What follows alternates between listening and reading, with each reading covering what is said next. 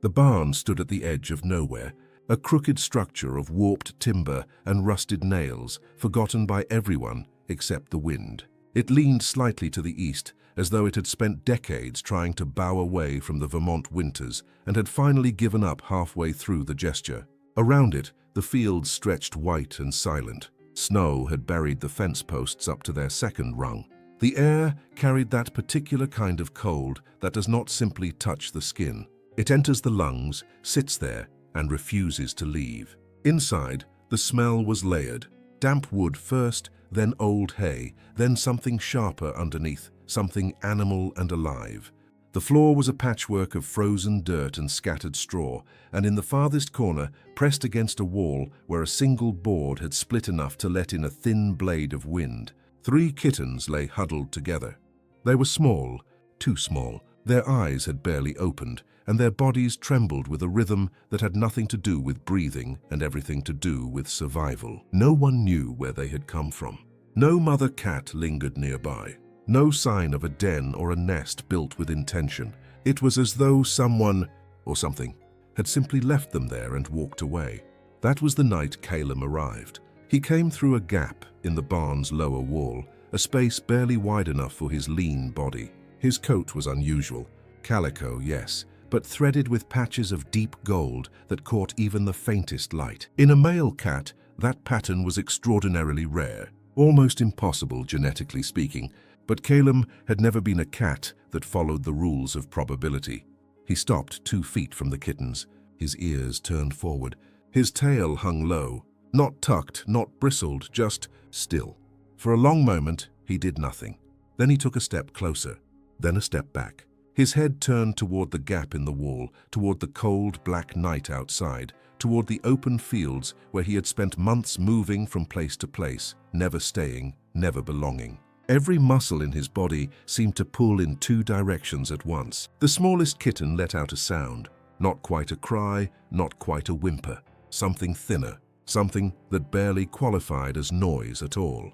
Caelum's ears shifted. He looked at the gap again, and then, slowly, as though the decision cost him something he could not name, he turned back.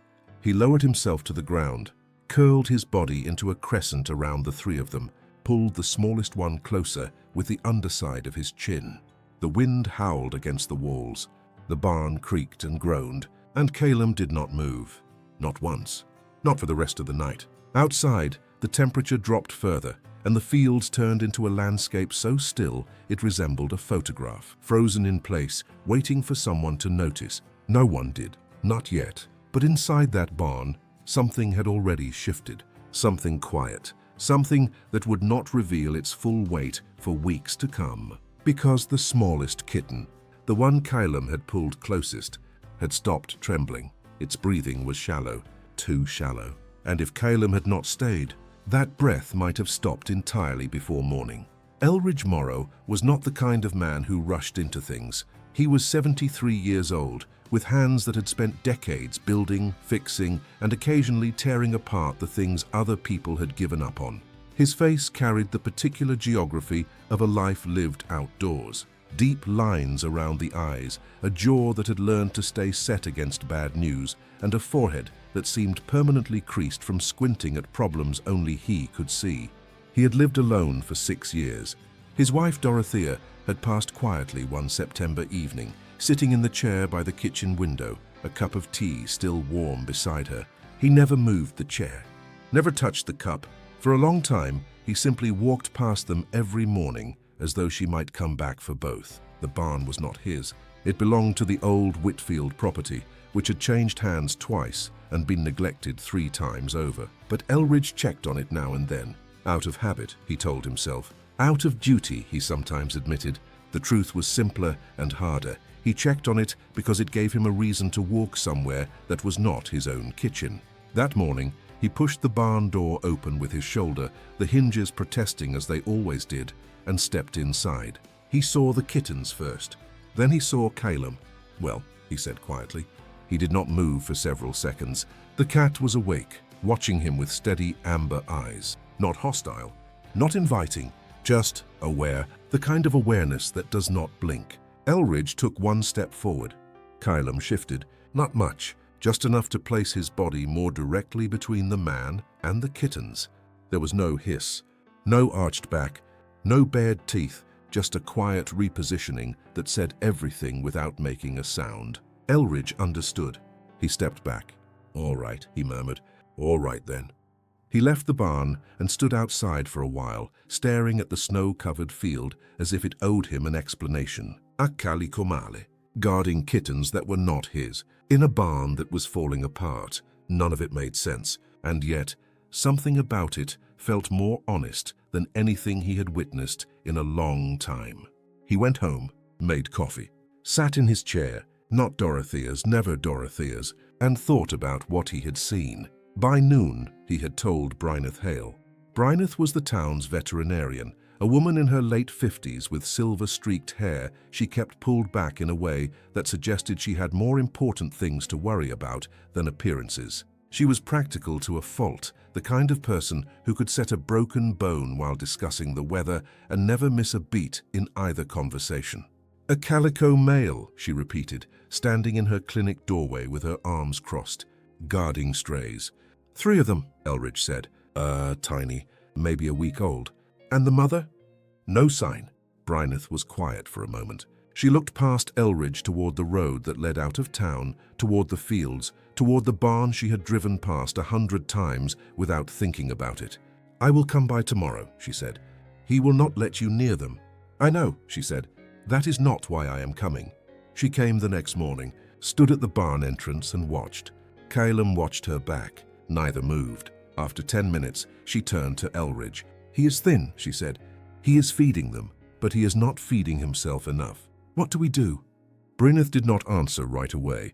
She looked at the barn, at the sagging roof, the cracked walls, the gap where the cold crept in like an uninvited guest. And something in her expression softened. "We do not do anything to him," she said. "We do something for him." She left food near the barn entrance that night. Not inside. That would have been an intrusion. Just close enough. A gesture, an offering without conditions. By morning, the food was gone. And from somewhere inside the barn, a low, steady purr drifted through the cold air like a secret no one was supposed to hear. For 2 weeks, a rhythm formed. Caelum stayed with the kittens through the nights, his body curved around them like a living wall. During the day, he left briefly, always briefly, to hunt or scavenge. Each time, he returned faster than the time before, as though the distance itself was a kind of wound that grew sharper with repetition. The kittens grew, slowly.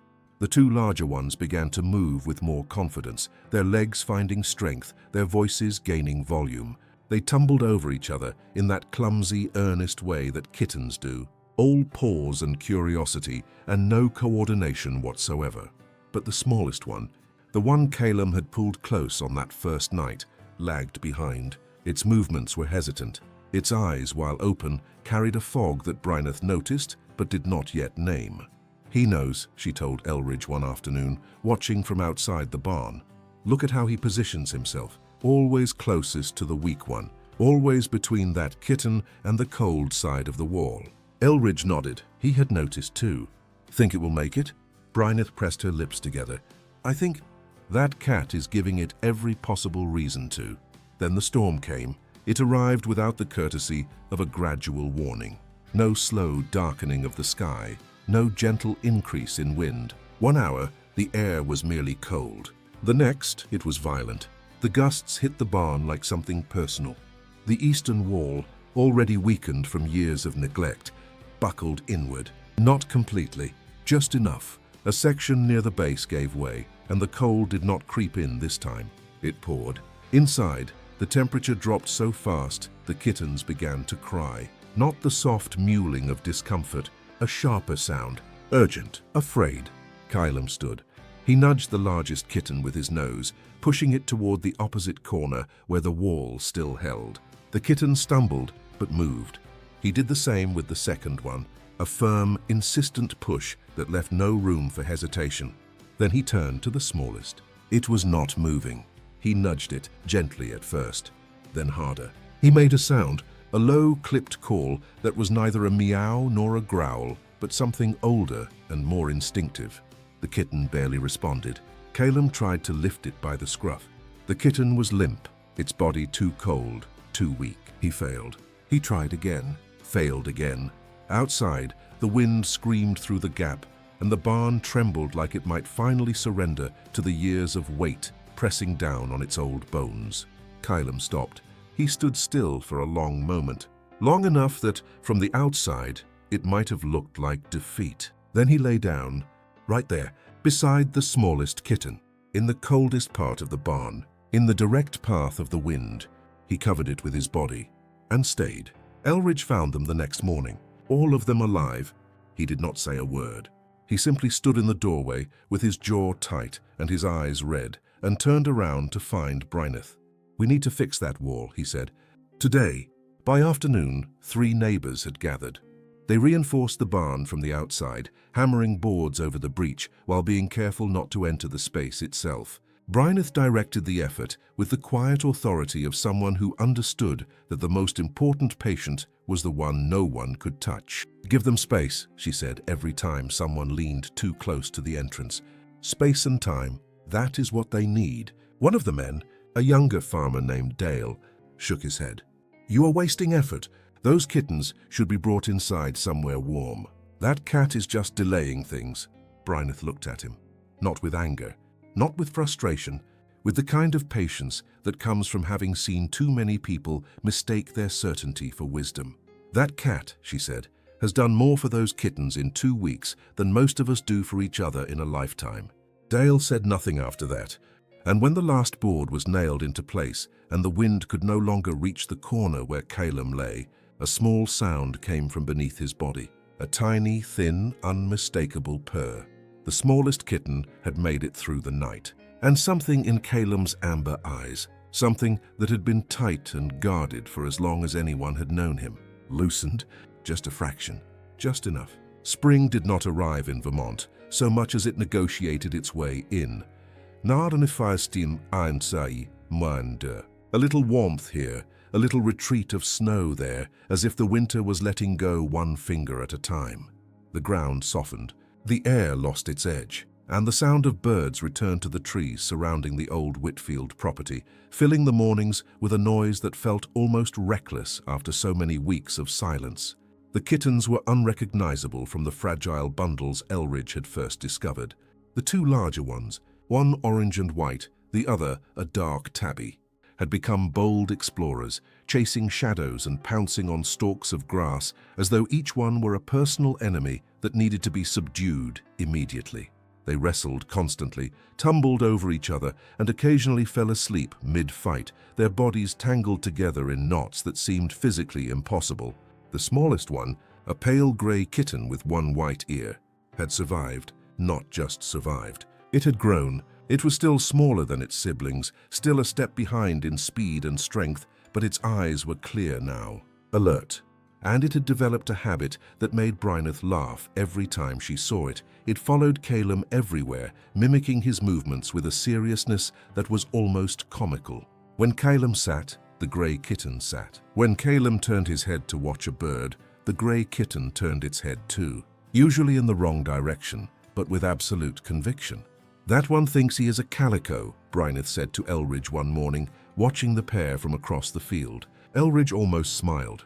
Almost. The muscles in his face were not accustomed to it anymore, but they tried. Then, on a Tuesday that felt no different from any other, the grey kitten wandered off. Not far, not dangerously, but far enough. It had followed a butterfly, or perhaps a leaf, or perhaps nothing at all except the simple, irresistible pull of being young and alive and curious about everything. Caelum was with the other 2 when he noticed. He stood, his head turned sharply. His body stiffened in that way it always did when something was wrong, a tension that started in his shoulders and traveled down his spine like a current. The grey kitten was not in sight. He looked at the 2 beside him, then at the field, then back again. The choice was visible in every line of his body. Stay or go, protect what was here or pursue what was missing. He went. The 2 remaining kittens mewed softly as he disappeared into the tall grass at the edge of the field. Bryneth, who happened to be checking on them that afternoon, saw the whole thing unfold from the road. "Oh no," she whispered. She did not intervene. She waited. Minutes passed. 5, 10, 15. Too long. Bryneth's fingers drummed against her leg. She looked at the barn, at the kittens, at the empty field. She was a practical woman. She believed in action.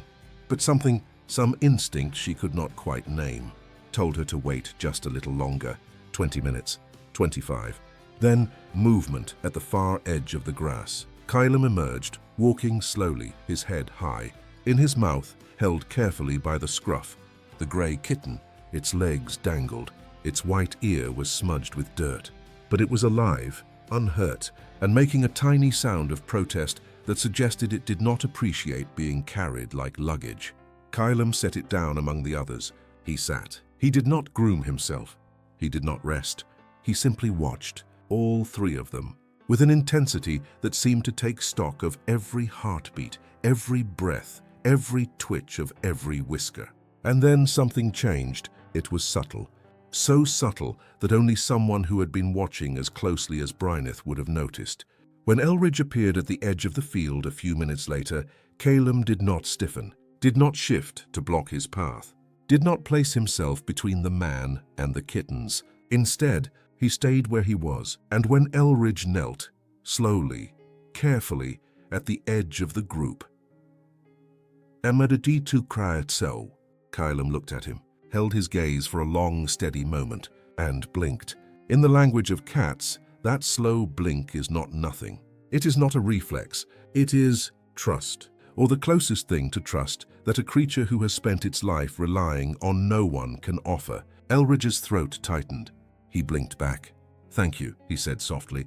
The words came out rough, like something that had been stored away too long and had gathered dust. Caelum turned away, began grooming the grey kitten's ear with the calm efficiency of someone who had already moved on to the next task. But his body, for the first time since anyone had known him, was relaxed. Not guarded, not ready to run, just there. And then came the news that no one wanted to hear. The barn was scheduled for demolition. The county had declared it a hazard. The paperwork was filed. The machines were booked. There would be no extensions, no exceptions, no last-minute reprieves. The only home those kittens had ever known, the only place Caelum had ever chosen to stay, was about to disappear. Bryneth moved quickly. She had always been better at solving problems than worrying about them, and within 48 hours she had arranged a temporary shelter in a small outbuilding behind the community center. It was dry. It was warm. It had a door that closed properly and walls that did not threaten to collapse every time the wind picked up. The kittens were moved first. Elridge carried the orange one. Bryneth took the tabby. A neighbor's daughter, a quiet girl of 16 named Clara, carried the grey one with such tenderness that even Bryneth, who was not easily moved by sentiment, had to look away for a moment. Caelum did not follow. He sat outside the barn, or what remained of it, and watched, his tail wrapped around his front paws in that precise, deliberate way cats have when they are settling in for something long. "He is not coming," Elridge said. "Give him time," Bryneth replied. 1 day passed, then 2, then 3. Elridge visited the shelter each morning and evening. The kittens were adjusting. The orange one had already claimed a corner and defended it with the fearless territoriality of a creature that weighed approximately 2 pounds. The tabby had discovered a piece of string and treated it as though it were the single most important object in the universe. The grey one sat by the door, waiting. "He knows," Clara said, watching the grey kitten stare at the closed door. "He knows Caelum is not here." Elridge did not respond. He stood by the window and looked toward the place where the barn had been. The demolition crew had come and gone. There was nothing left but a flat patch of frozen mud and a few scattered boards that no one had bothered to collect. On the 4th night, Elridge could not sleep. He lay in bed and stared at the ceiling and thought about Dorothea's chair and the cup of tea and the years that had passed since he had let anything into the hollow space they had left behind. At some point, it must have been past midnight. He got up, put on his boots, walked to the shelter. The door was slightly ajar. He was certain he had closed it. Inside, in the dim light that filtered through the window, Caelum lay in the center of the room. The 3 kittens were pressed against him. The grey one had its head tucked under Caelum's chin. exactly as it had been on that very first night, in that very first corner, in the barn that no longer existed. Elridge stood in the doorway for a long time. He did not speak. He did not need to. The weeks that followed moved with the unhurried certainty of a season turning. The snow melted completely. The fields turned green. Wildflowers appeared along the fence lines, small and stubborn and deeply unimpressed by the winter they had just endured. The kittens grew into young cats. The community, which had been watching the whole story unfold from a respectful distance, began to talk about adoption, not in the way of people making decisions for others, but in the way of people recognizing that something good had happened and wanting to be part of it. Elridge was the first to offer. His reasons were practical, he said. He had the space. He had the time. He had a house that was too quiet and a kitchen chair that had been waiting for company for 6 years. He took the grey one, a family 2 houses down, the Millers, with their wide porch and their garden that was always slightly overgrown in the most welcoming way. Took the orange one. Clara's family took the tabby. Clara, who had carried it so carefully on that first day, who had sat with it every afternoon after school, who had earned its trust the same way Caelum had earned it, slowly, quietly, without asking for anything in return. There was one condition, unspoken but understood by everyone. The kittens would not be separated entirely. The houses were close enough. The doors would be open. The visits would be constant. On the day the kittens went to their new homes, the town held its breath. Caelum was nowhere to be seen. The shelter was empty. The field was empty. The road was empty. Elridge stood on his porch with the grey kitten in his arms and looked out at the late afternoon light stretching across the valley. The kitten mewed softly. He held it a little tighter. "He has gone," he said to Bryneth, who stood beside him. Bryneth said nothing. She was watching the tree line at the far edge of the field. She had been watching it for the last 20 minutes. An hour passed. The sun dipped lower. And then, there, at the edge of the road, a shape, lean and deliberate and unhurried, a coat that caught the last of the golden light in patches that seemed almost impossible. Caelum walked down the road. He did not stop at the shelter. He did not stop at the place where the barn had been. He did not pause at Clara's house or at the miller's porch. He walked, steady, calm, certain, all the way to the house at the far end of the row, Elridge's house. He climbed the porch steps, crossed the threshold, and walked past Elridge, past the grey kitten, past the kitchen, straight to the chair by the window. Dorothea's chair. He jumped up, turned twice, and lay down. Elridge stared at him. His throat worked, his eyes burned. The grey kitten wriggled in his arms and mewed again, louder this time, as though announcing that this, all of this, was exactly as it should be. "Well," Elridge said. His voice broke on the word, and he did not try to fix it. "Well then." In the days that followed, Caelum established his new rhythm. He was not a house cat, not exactly. He was something else, something that did not have a name. He spent mornings at Elridge's house, sitting in the window chair, watching the field with those amber eyes that had seen too much and chosen, against all reason, to stay anyway. In the afternoons, he made his rounds. To Clara's house, where the tabby greeted him with an excited trill, to the miller's porch, where the orange one was usually asleep in a patch of sunlight and could not be bothered to open more than one eye. He always came back. Every night, without fail, he returned to the house at the end of the row, and he lay in Dorothea's chair, and the grey kitten curled up on the floor beside it, and Elridge sat in his own chair with a cup of coffee and the radio playing low. And the house was not quiet anymore. It was not loud. It was not full in the way it had once been. But it was not empty. And that was enough. Bryneth stopped by one evening, leaning against the porch railing with her arms crossed, watching Caelum through the window. "You know what the rarest thing about him is?" she said. "The coat," Elridge replied. "No." She shook her head. "The coat is genetics. A fluke. What is rare, truly rare, is what he did. A cat that has spent its whole life running from attachment does not just stop. It does not just decide one night in the coldest barn in Vermont to stay with 3 strangers who needed him. That is not instinct. That is something else." Elridge looked at Caelum, asleep in the chair, one paw draped over the edge, in a posture of such absolute peace that it was hard to believe this was the same cat who had once stood in a freezing barn, body tensed between leaving and staying, fighting against every impulse that told him to run. "He chose," Elridge said quietly. "He chose," Bryneth agreed. The evening settled over the town like a quilt being drawn gently over tired shoulders. The streetlights came on one by one. Somewhere down the road, the orange kitten was being scolded for knocking a glass off the miller's counter. At Clara's house, the tabby was purring on her lap while she read. In Elridge's kitchen, the grey cat, no longer a kitten, not quite grown, chased a dust mote across the floor with deadly seriousness. And Caelum slept. Not the light, coiled sleep of a cat ready to bolt. Not the watchful half-rest of a guardian on alert. A real sleep, deep and soft and unguarded. The kind of sleep that only comes when someone has finally stopped running. Not because the road ended, but because, for the first time, there was a reason to stay. And sometimes, that is all any of us need.